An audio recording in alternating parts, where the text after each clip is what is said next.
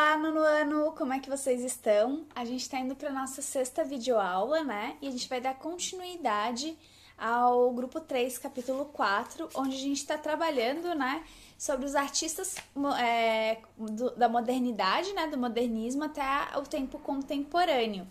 A gente já visitou algumas pessoas, já conhecemos um pouquinho sobre alguns artistas aqui do país. Um deles, o Vicente do Rego Monteiro, o Luiz Sacilotto. A gente também viu sobre o Almir Castro, né, que inclusive fez parte da arte concreta e neoconcreta aqui no país. O Nelson Leiner. E hoje a gente vai falar sobre o Cildo Meirelles. Gente, o Cildo Meirelles, ele tem uma trajetória, né, que remete muito aos artistas que a gente já estudou nesse capítulo. Porque ele segue também as influências desses artistas e desses pensamentos. Ele também, né, acaba apontando para alguns outros artistas que a gente vai conhecer um pouquinho melhor, que é o Elliot Sica e a Lygia Clark. O Cildo Meirelles, gente, ele inspirou-se, né, em diversas fontes artísticas, em diversos conceitos. Ele não tem um único conceito. Ele cria obras conceituais, mas ele rejeita a ideia de que uma obra conceitual não pode ser compreendida. Ele acha que o público tem que entender a obra, né? Sem o auxílio de uma informação externa, como ocorre com alguns artistas conceituais nos anos de 1970. Então, apesar dele fazer uma arte conceitual, ele defende, né, a ideia de que a arte ela tem que ser compreensível. E ela também deve ser atraente, né? E lida por todas as pessoas. Então, ele é a favor de que seja uma arte democrática, uma arte acessível a todos. Um exemplo disso é uma obra dele que se chama Babel, né? Que é a Torre da Incompreensão. O que ele fez? Ele pegou várias caixas de som, das mais antigas ele pôs embaixo, as mais novas ele foi subindo até o topo dessa torre.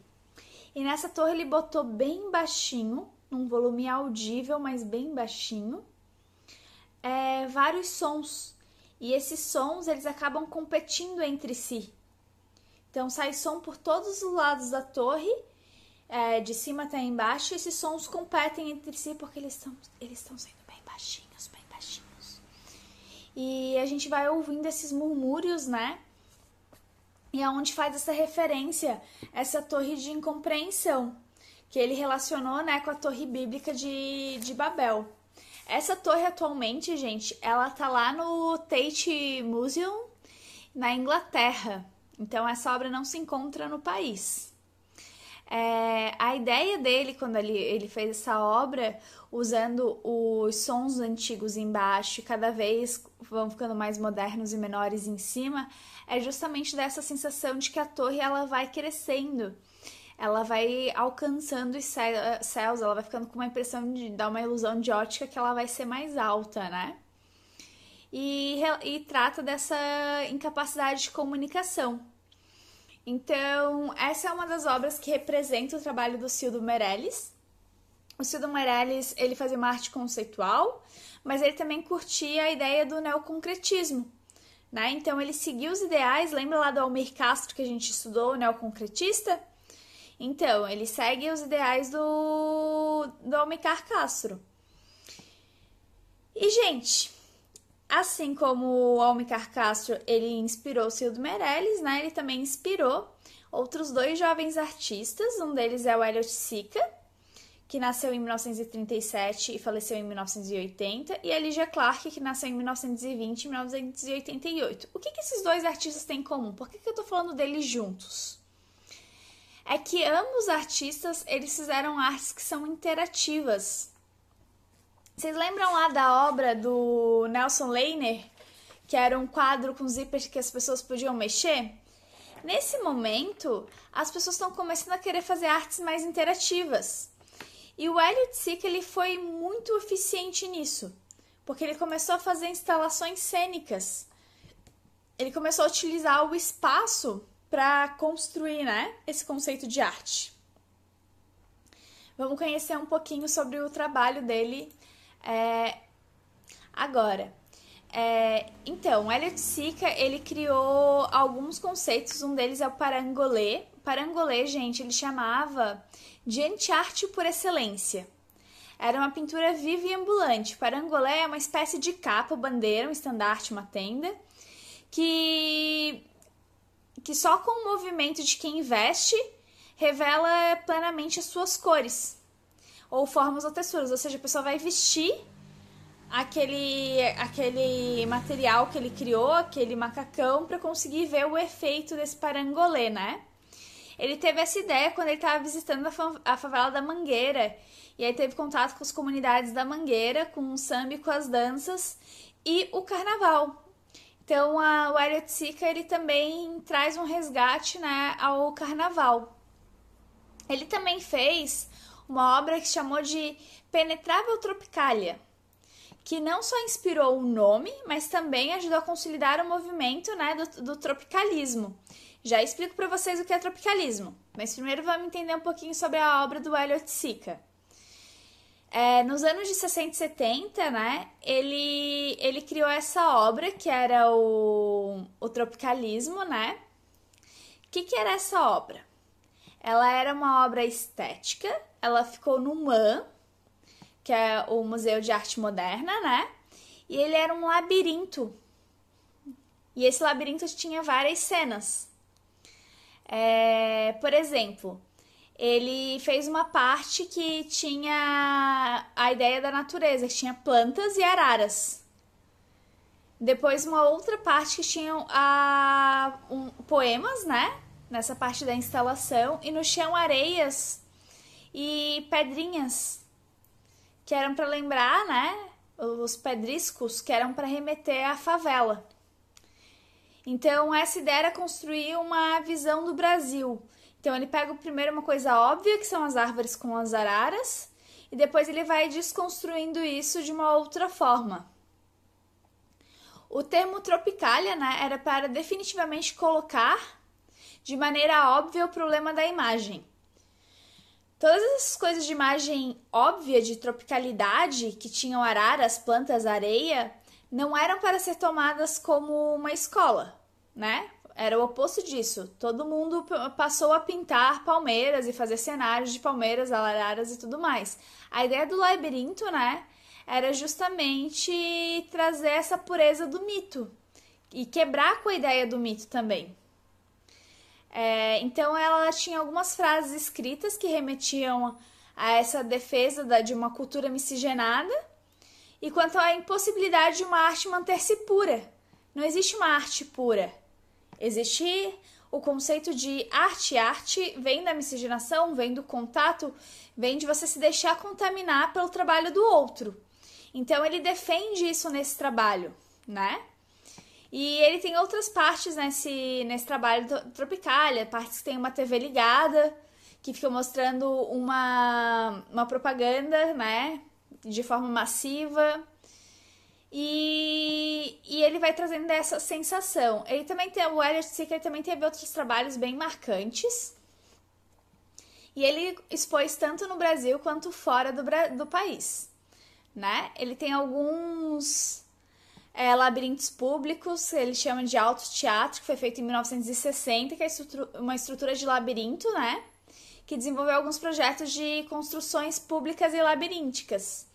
O Elliot Sica, ele começou a adotar o conceito, né, de instalação cênica, que é quando você constrói um espaço com as possibilidades das artes plásticas, mas você permite ao espectador, ao público, ter contato, interagir com esse espaço, né, e tomar as decisões. Então o público vai entrar nesse labirinto e ele decide o que ele vai fazer lá dentro.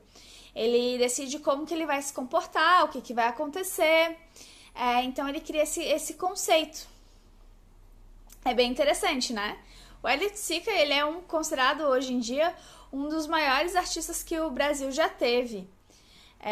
Ele foi muito criativo, ele conseguiu inovar muito nas artes, né? Ele tentou sempre criar uma separação entre objeto de arte como tradicionalmente definido, né? E como que ele poderia ser utilizado, né? O espectador, ele também foi redefinido pelo Elliot Sica. Por quê? porque ele botou o espectador em uma outra posição. O espectador deixava de ser apenas quem assistia a obra e ele passa a ser quem interage com a obra, ele começa a participar daquela obra. Então o espectador ele começa a interagir com aquele trabalho, né? Outra pessoa que segue também essa ideia da interação é a Lygia Clark. Vamos conhecer um pouquinho sobre a Lygia Clark? Ah, esqueci de falar sobre as origens do Hélio, né? Verdade, galera. O Hélio, ele nasceu no Rio de Janeiro, em 26 de julho de 37. Faleceu em 22 de março de 1980.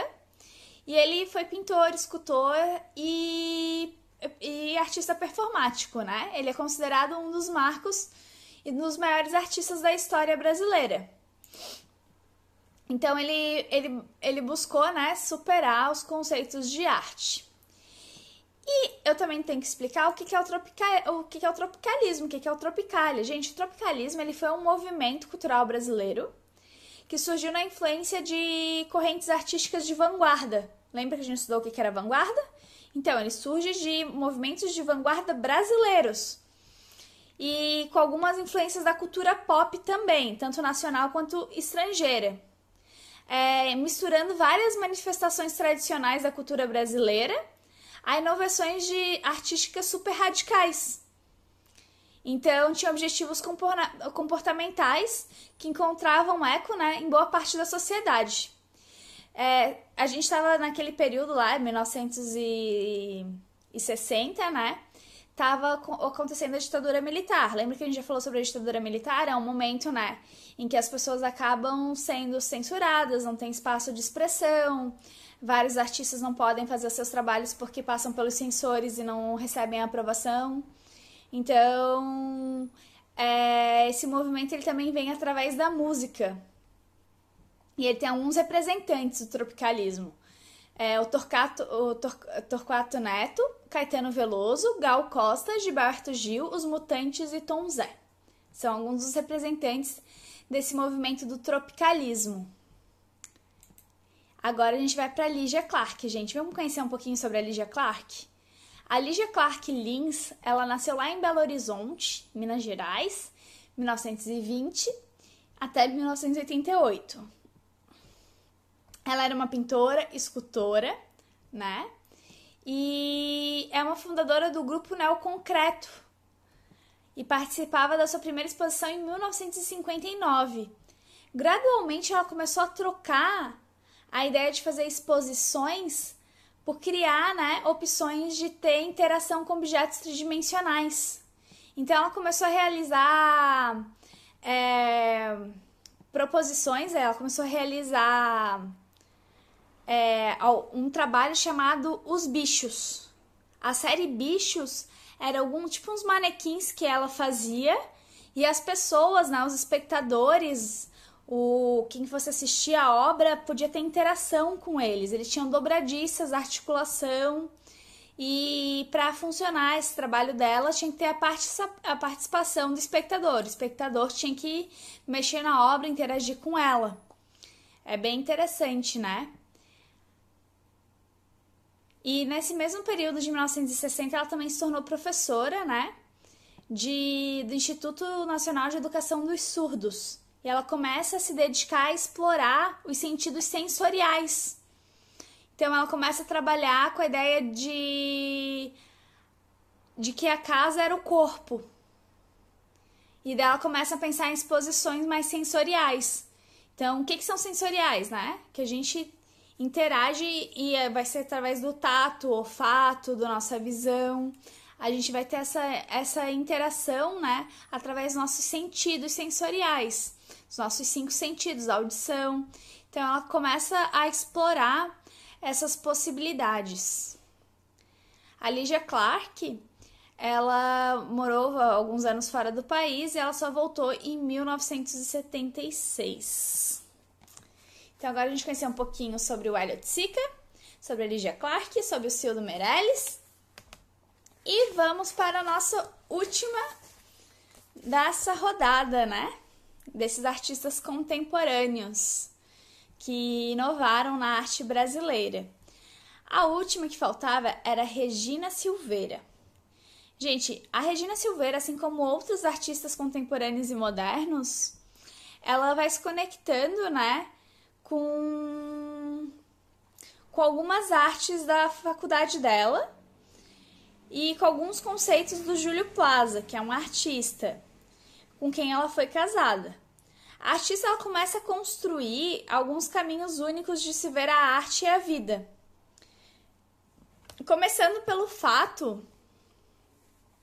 é muito inovador, né, de experimentar materiais e tecnologias sem medo de algo novo. Então ela começa a usar técnicas tradicionais, como pintura.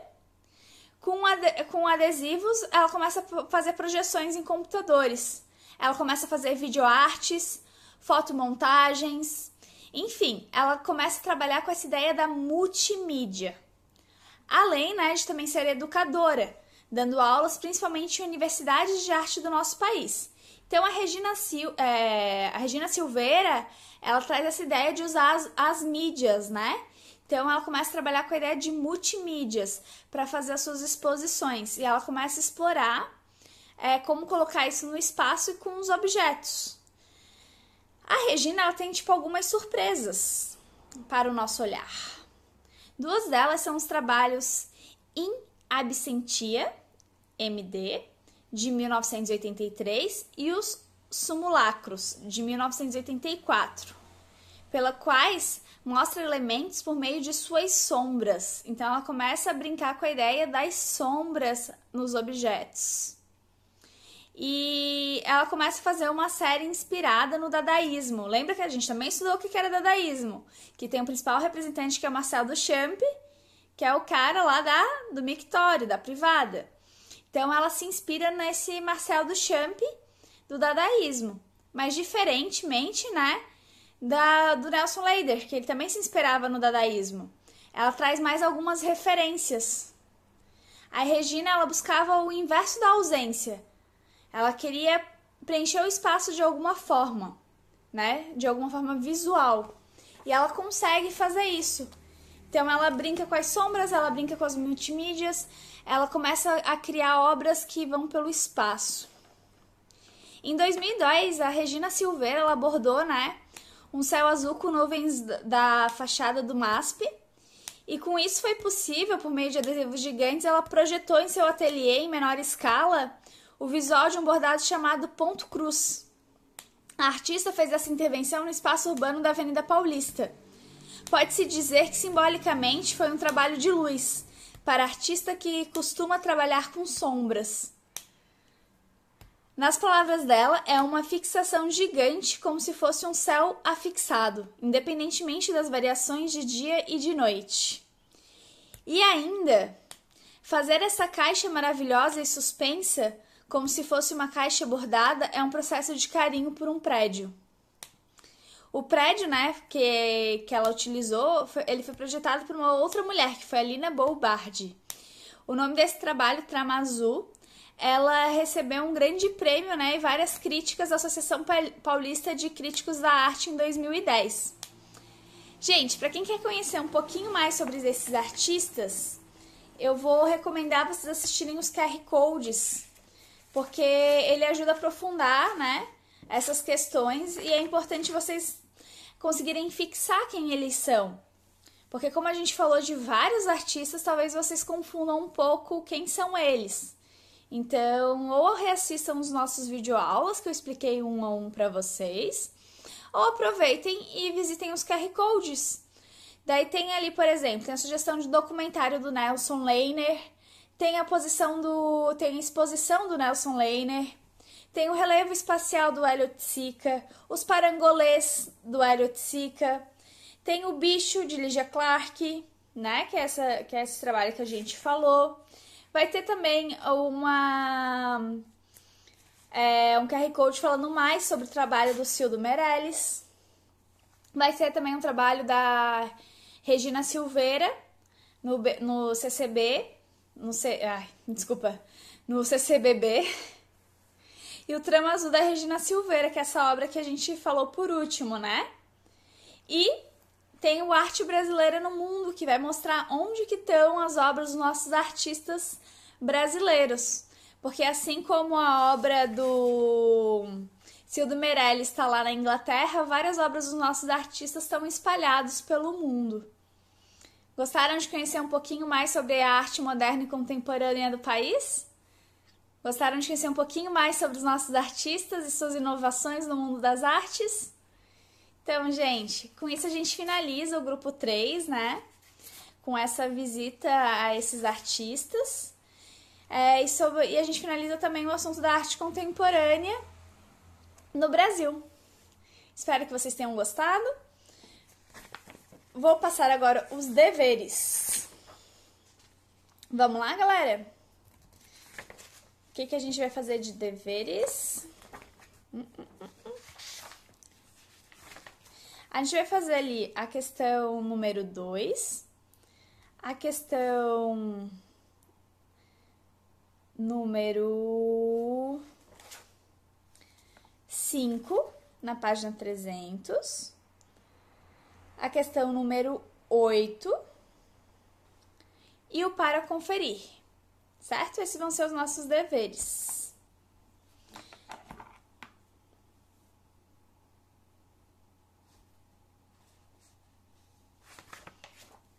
Combinado, galera? Página 298, número 2. Página 300, a número 5 e a número 8. E o para conferir na página 301. Certo, gente? Então, esses são os nossos deveres dessa semana. Na próxima semana, a gente corrige eles e começa a entrar no grupo 4. Qualquer dúvida à sua disposição, podem mandar e-mail, podem entrar em contato pelo WhatsApp, ok? Ou pelo Clip School, daí vocês decidem.